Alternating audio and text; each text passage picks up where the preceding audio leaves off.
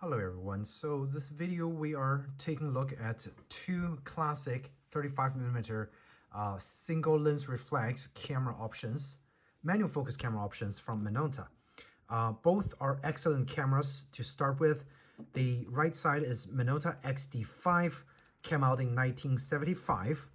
And this one on the left side is Minolta X570 /500. Elsewhere, it's called outside of the United States. This one came out around 1983. So again, both cameras offers excellent silicone blue cell light meters, very accurate light meter for central weighted metering.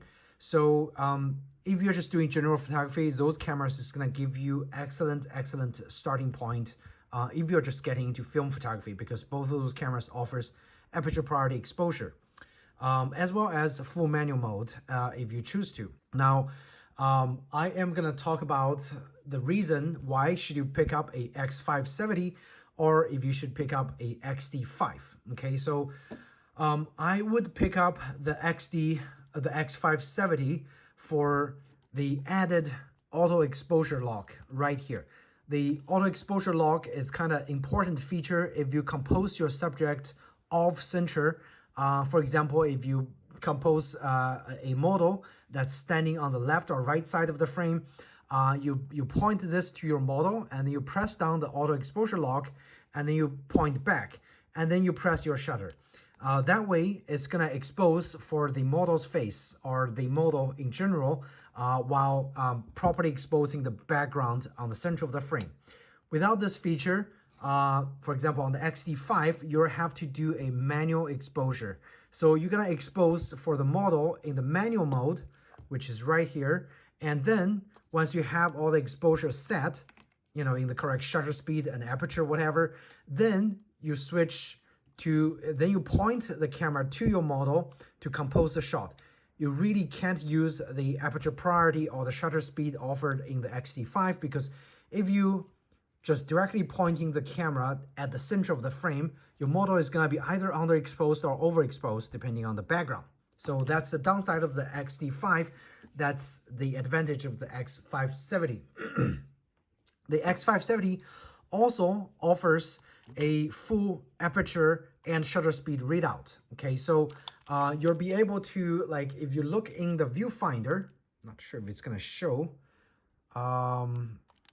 and right here, so if it focuses, you can see your aperture speed, and if you turn on the camera,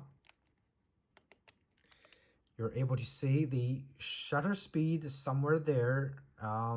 Again, it's gonna be hard to focus, I'm sorry, but you'll be able to see your shutter speed as well as the aperture readout all at the same time. Now, if you're in the manual mode, it not only displays the shutter speed that it suggests, which is right there, the blinking is your actual shutter speed, and the suggested shutter speed is also linked over there as a display. So you'll be able to see everything in real time in the X570. In the XD5, let's see. So it does not display the correct shutter speed that you need to set. So you have to manually look over here. Once you have a suggested speed in the manual mode, you have to look on the top of the plate, set up your shutter speed, and set up your aperture, because again, it doesn't have the readout window over here. So it lacks the actual shutter speed indication as well as the aperture mode on the XD5. Where the X570 is going to have all the info display in the viewfinder. You don't have to move your eye away from the viewfinder to compose and know the setups of the aperture and the shutter speed. So that's an advantage and a big plus for me, compared to the XD5, and the reason you should pick the X570. The last reason you should pick the X570 is it's actually got a physical on-off button. A lot of cameras in the 70s don't have this button, which is frustrating, because if you don't have this button and you have film loaded, it's very easy to press it by mistake, because the shutter is actually kind of responsive and very easy to press. you know, and you will definitely waste at least 2-3 frames on your roll if you forgot to turn the camera off. But again, it's not going to be a problem on the X570 because when you have the camera off, you're not gonna make a accidental exposure. So that's a plus side, definitely a plus side in my book. You only turn it on to take a picture and expose properly. Okay, so that's the advantage of the reason that you should pick the X570 over XD5. So is there a reason to pick the XD5? Absolutely yes. So depending on your needs, again, you would pick up the XD5 if you want a slightly compact body profile. So the XD5 is definitely smaller. I guess weight-wise, it's actually slightly heavier than the X570, but the profile is smaller. So easier for people who have smaller hands and if you want a smaller profile. So that's definitely a plus. But the downside though is you lose the gripping, the more ergonomic grips on the X570. So you gain something, you lose something, right? And the XD5 also is more durable because it's got a half metal construction. The top, it looks metal, however, the top plate is actually fully plastic, okay? Only the plate on the bottom is fully metal. So durability-wise, I would say it's half as durable as a full metal body, but it's half more durable as the X570. The X570 is fully plastic, okay? It feels cheap. Again, most cameras, electronic cameras in the 80s is fully plastic. There's no way around it because around the 1980s, plastic starts to take over of all the good old metal body cameras, which is a pity, honestly, okay? So this one, even though it came out in the 70s, the top plate is actually plastic. The bottom plate is fully metal. They try to fool you with this metal-looking top half, but again, they can't really fool me. But again, durability-wise, this is going to be a little bit more durable than the X570 in terms of taking on a beating. And another plus side is it's actually got an exposure compensation dial compared to the X570. If you are a person that likes to use exposure compensation dial, this dial is for you. It's very easy to compensate for like a snow shot or a purely black frame, like for example my cat over here, Sesame, she's all black. And if you point this to her, if you point this camera to her, it's gonna be way overexposed by 2 stops. So what are you gonna do? You just put it to -2 and you point it to Sesame, and you're gonna have a nicely exposed picture of a black cat right there. Big chunky little girl right there, okay? So exposure compensation dial for quick compose of pictures that might over and underexpose snow scenes and black cats, that kind of stuff. Plus on the XD5, you are not getting it on the X570. However, a workaround for the exposure compensation is just directly use your ISO dial. So basically you press your ISO dial and you just go, up 1 stop, up 2 stops, and go down, push, 1 stop, push 2 stops, and you can pull over here very easily to adjust. So I guess, depending on your needs, this one, the exposure compensation dial is kind of a feature that you don't really need because you can really just quickly adjust the aperture to get the exact same results and in finer increments of 1/3 of a stop, okay? So in terms of the plus added benefit of the exposure compensation, I would say the effort is minimal on the XD5. And I guess another big major reason you would go for XD5, and I saved it for the last, is shutter speed priority mode. This you don't get on the X570.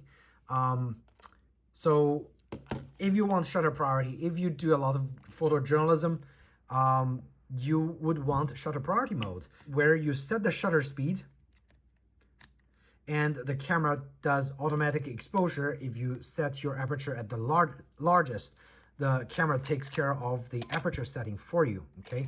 So very, very good for sports photography, very, very good for street photography, and where you want to set a constant shutter speed. You don't want the picture to go blurry because of a slow shutter speed if you're using aperture priority mode. Okay, so that's definitely one advantage on the XD5 is going to get you that the X570 is actually lacking. If you want to go with a X700, which I highly go against, the X700 has a program mode, but that mode is actually useless to professional photographers because the program mode actually would not allow you to set the shutter speed. It actually makes the determination for you for both aperture and shutter speed. So again, if you want to go with a shutter priority mode, your best bet is a Minolta XD camera, either the XD5 or the higher end model, the XD7. Both of those is going to give you a very reliable shutter speed priority mode. Okay, so that's another plus for you if you want to go with XD5. And one last reason you want to go with XD5 is you don't want to deal with the horrible capacitor used in the newer model of the X570. The capacitor originally used in those cameras are very prone to failure. I actually had a video. I'm going to post the link on the top. You can check on how to replace those capacitors, but the capacitor used in the X570 and X700 are prone to failure. You have to, when you get the camera, you have to replace those capacitors with some better, higher quality capacitors available on some of the websites, okay? If you don't do that, your camera is destined to fail. Those capacitors, after 30, 40 years, they're not gonna last, okay? They're gonna leak and they're gonna explode and it's gonna be a mess. So once you get the camera, the first thing you're gonna do is actually replace those capacitors. If you don't want to deal with replacing the capacitor, you should definitely go with a Minolta XD5 that doesn't have that capacitor issue because it uses a better quality capacitor for the mirror mechanism, for the shutter mechanism to hold the charge. So you have a much less chance of a failed capacitor in those XD5s. And that's another reason you want to go with XD5 compared to the X570. But at the end of the video, I am gonna make a list on the screen on the comparison of which one you should go, depending on the reason or depending on your actual needs for any particular camera. Now, at the end of this video, I'm just gonna do some shutter sound test so you guys can compare the quality of the shutters or pick a camera based on the shutter sound, because I know it's kind of important to some of the shutter sound on those cameras. The XD5 has a beautiful, well-constructed metal, full metal vertical shutter, and the shutter works very nice. The film advance extremely smooth. You're not gonna have any problems with this camera. It's a beautiful camera. If you buy it in fully working condition, it's gonna last you for a long time, okay? But just look at how beautiful or how nice the sound of this vertical shutter is. Another plus side, I forgot to mention, shutter sync speed, flash sync speed is actually at 1/100th of a second. Or yeah, if you go to here, it's at 1/100th of a second because of that vertical shutter. It works a little bit faster compared to the cloth shutter in the Minolta. The X570. X570 has a cloth shutter. It's gonna be slightly quieter.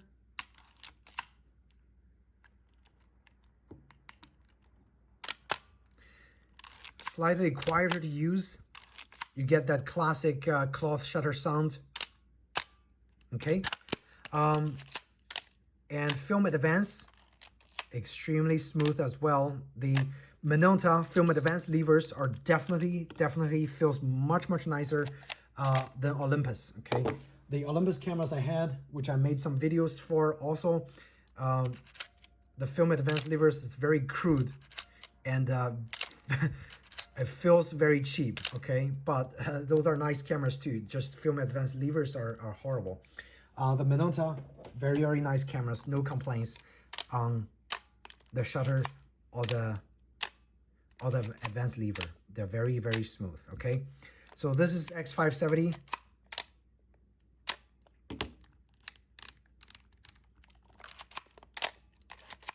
They're able to shoot very fast, actually. They're not gonna fail, but they're fully electronic, so bring extra batteries on the shoot, of course. It's definitely gonna help you. All right, so that's pretty much it. If you guys have any questions about any of those cameras, feel free to ask me in the comment section down below. Hope you found this video helpful in helping you making a decision on whether you should get either the X570 or the XD5 if you're having a dilemma, okay? Both cameras, excellent options to take great pictures. It's just some features might be helpful to you and some features might be helpful to others. All right, thanks again for watching this video. See you in the next one. Take care.